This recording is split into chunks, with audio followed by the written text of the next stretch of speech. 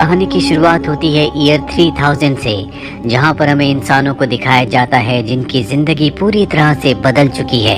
अब वो पहले की तरह गुफाओं में रहते हैं। यहाँ पर कोई भी टेक्नोलॉजी नहीं रही, क्योंकि एलियंस ने हमारी अर्थ पर हमला किया था, जिसके बाद उन्होंने इंसानों को गुलाम बना लिया। वो इंसानों से जमीन के अंदर से खनिज पदार्थ बाहर निकलवाते हैं, और सबसे ज्यादा लालच होता है एलियंस को गोल्ड का। वो गोल्ड को अपने प्लेनेट पर ले जाना चाहते हैं। और इस दुनिया में कुछ ऐसे कबीले भी हैं जो एलियंस के कब्जे में नहीं है। वो दूर बीहड़ में गुफाओं में रहते हैं, और ऐसे कबीले की एक लड़की को दिखाया जाता है जो अपने पति जॉनी का इंतजार कर रही होती है। दरअसल जॉनी के पिता की तबीयत बहुत ज्यादा खराब थी। वो अपने पिता के लिए दवा लेने गया था, लेकिन कई दिन बीत चुके हैं, जॉनी नहीं आया। पर एक दिन वो वापस लौट आता है। उसे पता चलता है कि उसके पिता की मृत्यु हो गई। आज पूरे 1000 साल बीत चुके हैं जब से एलियंस ने इंसानों को अपना गुलाम बनाया था। शुरू में इंसानों को लगता था कि वो अपने प्लेनेट पर अपना कब्जा वापस पालेंगे, लेकिन अब इंसानों की उम्मीद पूरी तरह से टूट चुकी है, और जॉनी इस टूटी हुई उम्मीद के साथ यहाँ पर नहीं रहना चाहता। इसीलिए वो इस कबीले को छोड़कर जाने लगता है। हालांकि उसकी पत्नी उसे रोकने की कोशिश करती है, लेकिन वो उसकी बात नहीं सुनता और अपने घोड़े पर यहाँ से निकल जाता है। तभी उसका सामना 2 शिकारियों से होता है, जो उसे देखकर पूरी तरह से हैरान होते हैं। वो कहते हैं कि तुम सही सलामत जिंदा कैसे हो, इस तरह से खुलेआम कैसे घूम सकते हो? अगर तुम इस तरह से खुलेआम घूम कर सही सलामत हो, ये सिर्फ गॉड का ही वरदान हो सकता है। जॉनी कहता है कि मैं गॉड को नहीं मानता। अगर तुम किसी गॉड को जानते हो तो मुझे उनके पास ले चलो, इसके बदले में तुम्हें खाने के लिए कुछ दूंगा। इसके बाद ये दोनों के दोनों जॉनी को एक मूर्ति के पास ले जाते हैं और कहते हैं कि ये गॉड की मूर्ति है। जॉनी को लगा था ये उसे असली के गॉड के पास ले जाएंगे। इसके बाद ये जॉनी को बताते हैं कि जब एलियंस ने हमारी दुनिया पर, अर्थ पर हमला किया, तो सारे के सारे गॉड यहाँ से चले गए। दरअसल 1000 सालों के बाद कई जनरेशंस बदल चुकी है, इसीलिए गॉड की जितनी भी थियरी थी वो भी बदल चुकी है। किसी को नहीं पता कि गॉड कब थे, कहाँ थे, या उनका अस्तित्व क्या है। अभी तीनों की तीनों जब रात को खाना खा रहे होते हैं, तभी एलियंस इनके ऊपर हमला करके इन तीनों को पकड़ लेते हैं। एलियंस इन्हें जमीन के नीचे ले जाते हैं। एलियंस जब भी जमीन से बाहर आते हैं तो अपनी नाक में एक खास तरह का इंस्ट्रूमेंट लगाते हैं, और इंसानों को जब वो जमीन के नीचे अपने माहौल में ले जाते हैं तो उन्हें भी उसी तरह का इंस्ट्रूमेंट लगाया जाता है। अब जब ये तीनों के तीनों जमीन के नीचे जाते हैं तो वहाँ पर एलियंस होते हैं जो इंसानों की तरह दिखते हैं।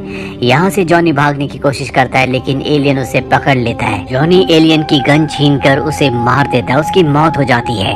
और तभी यहाँ पर एलियंस का चीफ, जिसका नाम टेल है, वो आता है। चीफ टेल को बताया जाता है कि जॉनी ने हमारी गन छीनकर हमारे एक एलियन साथी को मार दिया। चीफ को इस बात पर बिल्कुल विश्वास नहीं होता। वो कहता है कि कोई इंसान हमारी गन नहीं चला सकता। इसीलिए जॉनी को एक बार फिर से एलियंस की गन दी जाती है। जॉनी एक बार फिर से गन चलाकर एक एलियन को मार देता है। ये देखकर चीफ टेल पूरी तरह से हैरान होता है। इसके बाद जॉनी और उसके साथियों को बाकी कैदियों के साथ रखा जाता है, जहाँ पर एलियंस इंसानों के ऊपर बहुत अत्याचार कर रहे होते हैं। अगली सुबह यहाँ पर एलियंस के प्लेनेट से एक ऑफिसर आता है, जिसे देखकर चीफ टेल खुश होता है। वो सबको बताता है कि मेरे बाद यहाँ के नए चीफ ये होंगे, लेकिन ऑफिसर उसे बताता है कि अभी तुम्हें कुछ वक्त तक यहाँ अर्थ पर रहना होगा, जब तक तुम यहाँ से सारा सोना हासिल नहीं कर लेते। पर चीफ टेल अर्थ पर नहीं रहना चाहता, बल्कि वो अपने प्लेनेट पर जाना चाहता है। और अब टेल के लिए ऊपर से ऑर्डर्स आ चुके हैं, इसीलिए उसे यहीं अर्थ पर रहना होगा। वहीं जॉनी और बाकी कैदियों को दिखाया जाता है, जिन्हें अजीब सा खाना दिया जाता है। यहाँ पर एक कैदी होता है जो जॉनी से कहता है कि सबसे पहले खाना मैं खाता हूँ, इस पर मेरा अधिकार है। जॉनी को ये बात समझ में नहीं आती।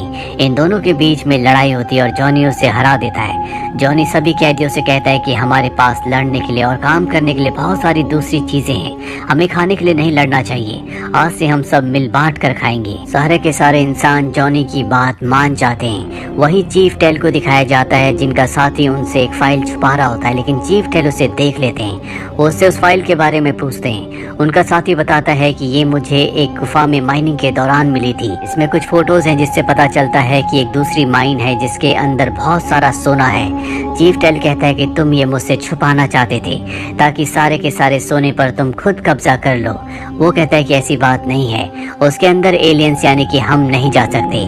चीफ टेल कहता है कि अगर हम नहीं जा सकते, लेकिन हम इंसानों को वहाँ भेज सकते हैं जो कि हमारे गुलाम हैं। चीफ टेल का साथी उससे सहमत नहीं होता, इसीलिए चीफ टेल को उस पर गुस्सा आता है और उसे बुरी तरह से मारता है। इसके बाद चीफ टेल उसी के साथ अपने एक सीनियर ऑफिसर के पास जाता है और कहता है कि हम वहाँ पर इंसानों को खुदाई के लिए भेज सकते हैं, लेकिन सीनियर ऑफिसर मना कर देता है। जिसके बाद टेल और उसका साथी वहाँ से निकल जाते हैं। टेल का साथी कहता है क्यों ना हम उस सोने को निकलवा कर आधा आधा बांट ले, इसके बारे में कभी किसी को पता नहीं चलेगा। वैसे भी उस सोने के बारे में हमारे सीनियर्स को, हमारे प्लेनेट वालों को कुछ नहीं पता। अब जब ये सब कुछ वो बोल ही रहा होता है कि टेल उसकी सारी बातों को रिकॉर्ड कर लेता है और उसे बताता है कि मैंने तुम्हारी सारी बातों को रिकॉर्ड कर लिया है, अगर तुमने अपना मुंह आगे से खोला तो मैं इसे सीनियर को दे दूंगा। ये बात सुनकर उसका साथी परेशान हो जाता है, क्योंकि अब टेल के पास उसके खिलाफ सबूत है। अगर वो उसके प्लेनेट वालों को मिल गया तो उसे बहुत बड़ी सजा मिलेगी। अब जब ये दोनों मेन गेट पर आते हैं तो देखते हैं कि जॉनी वहाँ से भागने की कोशिश कर रहा है। टेल अपने साथी से कहता है कि कुछ कैदियों के ऊपर कैमरा लगाकर उन्हें छोड़ दो, ताकि हमें ये पता लग सके कि वो किस चीज को सबसे ज्यादा खाना पसंद करते हैं। हम उसी चीज का लालच उन्हें देकर उनसे काम करवा सकते हैं। और इसके बाद जॉनी और उसके दोनों साथियों को भागने का मौका दिया जाता है। तीनों के तीनों भाग जाते हैं। इन तीनों को लगता है कि ये अपनी चालाकी से भागे हैं। इन्हें बहुत भूख लगी होती है, इसलिए जॉनी का साथी एक चूहे को खा लेता है। पर अब जॉनी देख लेता है कि उसके साथियों के कपड़ों के बटन पर एक कैमरा लगा है। वो दोनों के कैमरास को तोड़ देता और अपने भी कैमरा को। और जब टेल को ये पता चलता है तो वो अपने शिप को उन तक भेजता है और एक बार फिर से इन तीनों को कैद कर लिया जाता है। अब जॉनी को चीफ टेल के पास लाया जाता है। चीफ टेल उससे बहुत नाराज होता है।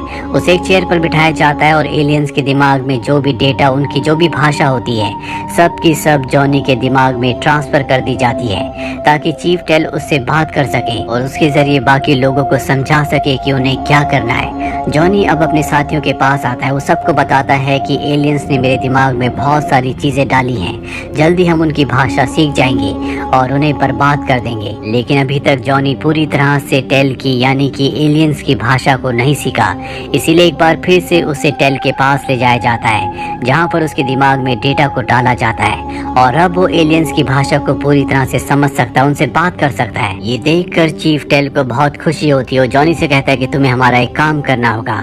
जॉनी कहता है ठीक है, लेकिन तुम कभी किसी इंसान को नहीं मारोगे। चीफ टेल जॉनी की शर्त को मान जाता है और इसके बाद जॉनी को और उसके साथियों को एक दूसरी जगह ले जाया जाता है, जहाँ पहुँचने के बाद चीफ टेल सबको वार्निंग देता है कि अगर किसी ने यहाँ से भागने की कोशिश की तो उसे मार दिया जाएगा। तभी यहाँ पर कुछ कबीले वाले हमला कर देते हैं और वो चीफ टेल को मारने वाले होते हैं, लेकिन जॉनी उन्हें मना करता है। वो कहता है कि अगर हमने चीफ टेल को मार दिया तो इनके पास जो हमारे लोग हैं, जो कि गुलाम हैं, इनके लोग उन सबको मार देंगे। यहाँ पर चीफ टेल का साथी आता है, जिसके पास जॉनी की पत्नी होती है। दरअसल जॉनी की पत्नी उसे ढूंढने के लिए आई थी और अब वो एलियंस के कब्जे में है। उसके गले में एक डिवाइस होता है जिसे कभी भी ब्लास्ट किया जा सकता है। चीफ टेल जॉनी से कहता है कि अगर तुमने मेरी बात नहीं मानी तो हम तुम्हारी पत्नी को मार देंगे। इसीलिए जॉनी को और उसके साथियों को अपने आप को एक बार फिर से चीफ टेल के हवाले करना पड़ता है। ये सब के सब वापस जेल में आ जाते हैं और अब चीफ टेल और उसका साथी जब बैठे हुए होते हैं, तभी वहाँ पर इनका सीनियर ऑफिसर आता है, जिसे पता चल गया होता है कि टेल और उसका साथी इंसानों को इलीगल माइनिंग करवाने के लिए ले गया था। दरअसल जिस जगह पर ये माइनिंग करवाना चाहते हैं वहाँ पर रेडिएशन है, जो कि उन गैसेस को पूरी तरह से जहरीला बना देता है, जिन गैसेस में एलियन सांस लेते हैं। इसीलिए उस जगह पर माइनिंग करना मना होता है। लेकिन काल वहाँ पर माइनिंग करना चाहता है, वहाँ से सोना निकालना चाहता है, ताकि उस सोने के जरिए वो वापस अपने प्लेनेट पर जा सके। और अब उसका सीनियर, जो कि ये नहीं चाहता, काल उसे कहता है कि मुझे पता है कि यहाँ पर जितने भी एलियंस हैं तो उन सबको बहुत कम हिस्सा देते हो, जबकि हमारे प्लेनेट से उनके लिए अच्छा खासा हिस्सा आता है। तुम सबको ये बताते हो कि यहाँ पर नुकसान हो रहा है, जबकि ये झूठ है। और अगर तुमने हमारा साथ नहीं दिया तो मैं तुम्हारी पोल खोल दूंगा। और अब उसके सीनियर को भी उसका साथ देना पड़ता है। और अब टेल जॉनी और उसके साथियों को उस जगह ले जाता है जहाँ पर इन सबको माइनिंग करनी है। टेल सबसे कहता है कि मैं 14 दिनों के बाद आऊंगा, तब तक मुझे अच्छा खासा सोना मिल जाना चाहिए और अगर किसी ने भागने की कोशिश की तो उसे मार दिया जाएगा। दरअसल अब जॉनी पहले वाला जॉनी नहीं रहा, क्योंकि जब टेल ने उसके दिमाग में अपनी भाषा डाली थी तो साथ ही उस मशीन से उसने उसके दिमाग में इंसानों के इतिहास को और लिटरेचर को भी डाल दिया था, जिससे कि उसे अपनी टीम को लीड करने में, सोना ढूंढने में कभी कोई तकलीफ ना हो। और अब यहाँ पर जॉनी एक प्लान बनाता है। वो कहता है कि हम 2 हिस्सों में बढ़ जाएंगे। एक टीम यहाँ पर सोने की खुदाई करेगी और एक टीम हथियार ढूंढने के लिए जाएगी, ताकि हम टेल और उसके साथियों का सामना कर सकें। और वैसे भी 14 दिनों बाद अगर हमें यहाँ पर सोना नहीं मिला तो यहाँ पास ही में एक दूसरी जगह है जहाँ पर बहुत सारा सोना है, हम वो सोना टेल को दे देंगे। दरअसल इंसानों के इतिहास को उसके दिमाग में डालने के बाद टेल को ये सारी बातें पता होती है और अब एक टीम सोना खोदने में लग जाती है और जॉनी अपने दूसरे साथियों के साथ उस जगह पहुंच जाता है जहां पर बहुत सारे हथियार होते हैं। वहां पर एक न्यूक्लियर मिसाइल भी होती है, लेकिन जॉनी को नहीं पता कि उसे कैसे चलाया जाता है और तभी जॉनी के एक साथी से गलती से प्रोजेक्टर चल जाता है जिसमें बताया गया होता है कि इस न्यूक्लियर वेपन को कैसे चलाया जाता है। इसके बाद इस सब के सब वापस उसी जगह पर आ जाते हैं जहां पर माइनिंग का खुदाई का काम चल रहा होता है। अगले दिन टेल इनके पास आता है। जॉनी उसे कुछ सोना देता है जो कि ब्रिक्स की शेप में होता है। उसे देखकर उसे जॉनी पर शक होता है क्योंकि कभी भी जमीन के अंदर से इस शेप में सोना नहीं निकलता, लेकिन वो जॉनी से कुछ नहीं कहता और वहां से चला जाता है। रात को इन्हें एक बार फिर से कैद कर दिया जाता है और जॉनी के पास टेल का साथी आता है जिसकी टेल ने रिकॉर्डिंग कर ली थी। जॉनी उसे कहता है कि टेल बहुत लालची हो, तुम्हें सोना नहीं देगा। साथ ही उसने जो तुम्हारी वीडियो रिकॉर्डिंग की थी वो मेरे पास है, अगर मैं वो तुम्हें दे दूं तो क्या तुम हमें जेल से आजाद कर दोगे। यहाँ पर टेल का साथी उसकी बात मान जाता है जिसके बाद सबको आजाद कर दिया जाता है। जॉनी सबसे पहले अपनी पत्नी के पास जाता है और उसके गले में जो डिवाइस होता है उसे निकाल कर उसे आजाद कर देता है और अब यहाँ पर जितने भी इंसान होते हैं वो एलियंस के बेस के ऊपर हमला कर देते हैं जैसा कि उनका प्लान था।